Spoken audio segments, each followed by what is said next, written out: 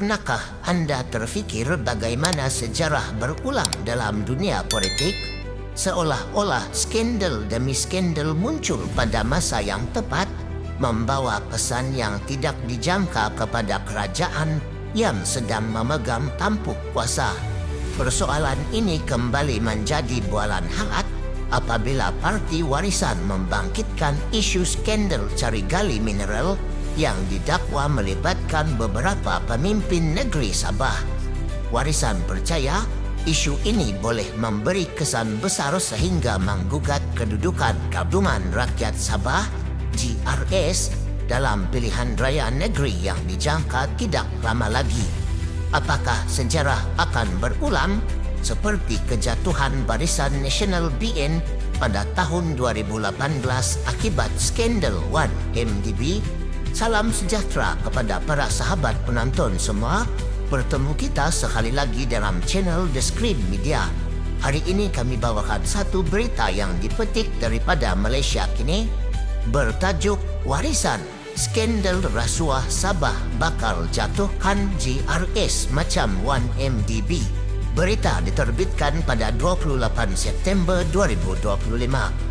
Warisan percaya skandal cari gali mineral yang didakwa melibatkan beberapa pemimpin negeri akhirnya akan menjatuhkan Gabungan Rakyat Sabah GRS dalam pilihan raya negeri tidak lama lagi.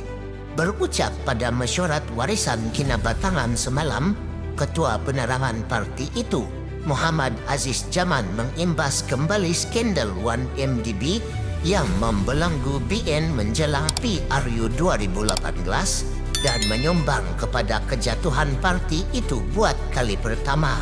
Dia menegaskan dalam PRU berkenaan, BN ditolak oleh pengundi kerana skandal rasuah 1MDB walaupun tiada klip video yang menunjukkan mana-mana pemimpin BN berbincang mengenai rasuah ketika itu.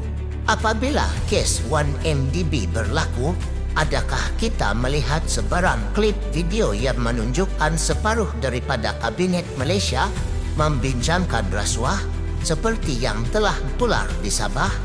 Tidak ada, tetapi BN ketika itu tetap tumbang pada 2018 kerana pengundi di Semenanjung melihat bagaimana parti itu sudah rosak dari atas hingga ke bawah.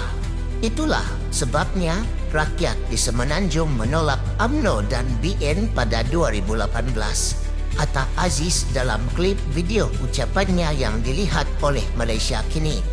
Dia pernah dilantik sebagai timbalan menteri dalam kerajaan PH selepas PRU ke-14 turut menyindir Ketua Menteri Sabah Haji Ji Nur yang didakwa memberikan sokongan kepada Bumi Suria Sendirian Berhad Bumi Suria untuk mendapatkan lesen cari gali di kawasan seluas 70,000 hektar di hutan simpan Kalabakan dan Gunung Rara berhampiran sempadan Kalimantan.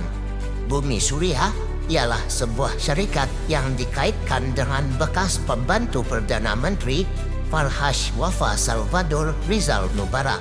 Adakah kita melihat mana-mana video bekas Perdana Menteri Najib Razak sewenang-wenangnya meluluskan projek? Tetapi di Sabah, kelulusan dikatakan diberikan begitu sahaja untuk 70,000 hektar tanah. Adakah Anda tahu betapa besarnya 70,000 hektar? Itu 7 kali ganda kawasan Kuala Lumpur, katanya. Untuk rekod, pihak berkuasa tanah Sabah menafikan bahawa mereka menerima sebarang permohonan lesen penerokaan mineral daripada Bumi Suria. Pada Julai lalu, portal berita Malaysia Now menerbitkan klip audio mesyuarat yang didakwa diadakan oleh syarikat milik kerajaan negeri Sabah Mineral Management Sendirian Berhad SMM. Lembaga pemarah syarikat itu dipengerusikan oleh Haji Ji. Dia didakwa memberikan sokongan kepada Bumi Suria untuk mendapatkan lesen cari gali mineral bagi kawasan seluas 70,000 hektar. Bagaimanapun, awal bulan ini, Ketua Pesuruhjaya SPRM Azam Baki mengumumkan Farhash bersih daripada dakwaan skandal perlombongan tersebut apabila siasatan menunjukkan tiada lesen dikeluarkan kepada syarikat milik bekas individu yang pernah menjadi setiausaha kanan Anwar Ibrahim itu. Sejak Julai lalu, video yang mengaitkan pemimpin Sabah dengan skandal rasuah adalah sebahagian daripada siri pendedahan dikongsikan oleh pembocor maklumat Albert Tay yang sejak itu mendedahkan pelbagai pemimpin Sabah dan adun negeri terbabit. Jika kita meneliti fakta sejarah, perbandingan dengan 1MDB memang mengundang persoalan besar. 1MDB bukan sahaja menjatuhkan sebuah kerajaan, malah memberi kesan kepada imej Malaysia di mata dunia apabila warisan mengaitkan isu Sabah dengan 1MDB. Mesej tersiratnya ialah betapa rakyat kini lebih sensitif terhadap sebarang bentuk penyalahgunaan kuasa sama ada terbukti di mahkamah ataupun sekadar berlegar dalam persepsi umum. Namun, adakah keadaan benar-benar sama? Dalam kes 1MDB, siasatan global melibatkan Amerika Syarikat, Switzerland dan Singapura serta jumlah wang yang dibicarakan mencecah berbilion dolar. Skandal Sabah pula setakat ini berlegar pada dakwaan mengenai lesen cari gali dan kelulusan tanah yang secara rasmi dinafikan oleh pihak berkuasa. Maka timbul persoalan, adakah pengundi Sabah akan bertindak berdasarkan fakta siasatan rasmi atau lebih dipengaruhi oleh persepsi hasil pendedahan video dan audio tersebar? Persoalan ini semakin menarik jika kita melihat kepada corak pengundi di Sabah. Sejarah politik Sabah menunjukkan bahawa isu tempatan sering menjadi penentu utama berbanding sentimen nasional. Contohnya, pada PRU 14, walaupun warisan berjaya menawan Sabah dengan sokongan Pakatan Harapan, landscape itu berubah drastik selepas peralihan kuasa pada 2020 dengan pembentukan GRS. Sabah ternyata mempunyai pola politik yang lebih dinamik di mana kesetiaan parti boleh berubah dalam masa singkat bergantung kepada isu semasa, kepimpinan dan persepsi rakyat. Analogi lain yang boleh dilihat ialah bagaimana skandal menjadi senjata politik.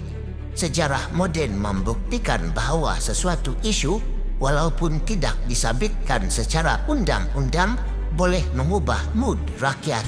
Dalam kes Watergate di Amerika Syarikat pada 1970-an, rakaman audio memainkan peranan penting sehingga menjatuhkan Presiden Richard Nixon.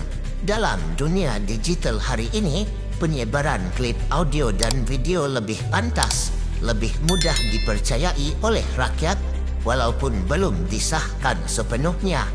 Apakah Sabah kini sedang berada dalam babak ulangan sejarah yang sama di mana persepsi lebih kuat daripada fakta undang-undang? Atau adakah isu ini hanya menjadi sementara sebelum reda begitu sahaja, memandangkan siasatan rasmi tidak menemukan bukti pelanggaran undang-undang bagi warisan?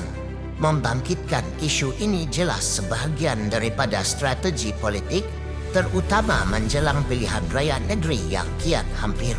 Bagi GRS pula, penafian dan kenyataan rasmi daripada SPRM memberi peluang untuk menangkis dakwaan tersebut. Namun, persoalan sebenar terletak pada pengundi. Adakah mereka masih percaya kepada kerajaan negeri sedia ada atau mula merasakan keperluan untuk perubahan? Akhirnya, isu ini membuka ruang lebih luas untuk kita berfikir. Sejauh manakah politik kita masih berlandaskan fakta dan sejauh manakah ia digerakkan oleh persepsi? Sejarah telah menunjukkan dalam politik kebenaran undang-undang tidak semestinya membawa kemenangan. Sebaliknya, persepsi rakyatlah yang menentukan di peti undi. Bunga cempaka harum mewangi, disimpan indah di dalam peti. Skandal besar jadi perbandingan diri rakyatlah hakim menentukan nanti. Bagaimana pula pandangan anda? Adakah isu mineral Sabah ini berpotensi menjatuhkan GRS atau sekadar retorik politik yang akan reda begitu sahaja? Tinggalkan komen anda di bawah. Teruskan mengikuti kami untuk lebih banyak konten-konten politik yang berlaku di dalam Malaysia. Sekian, kita jumpa lagi.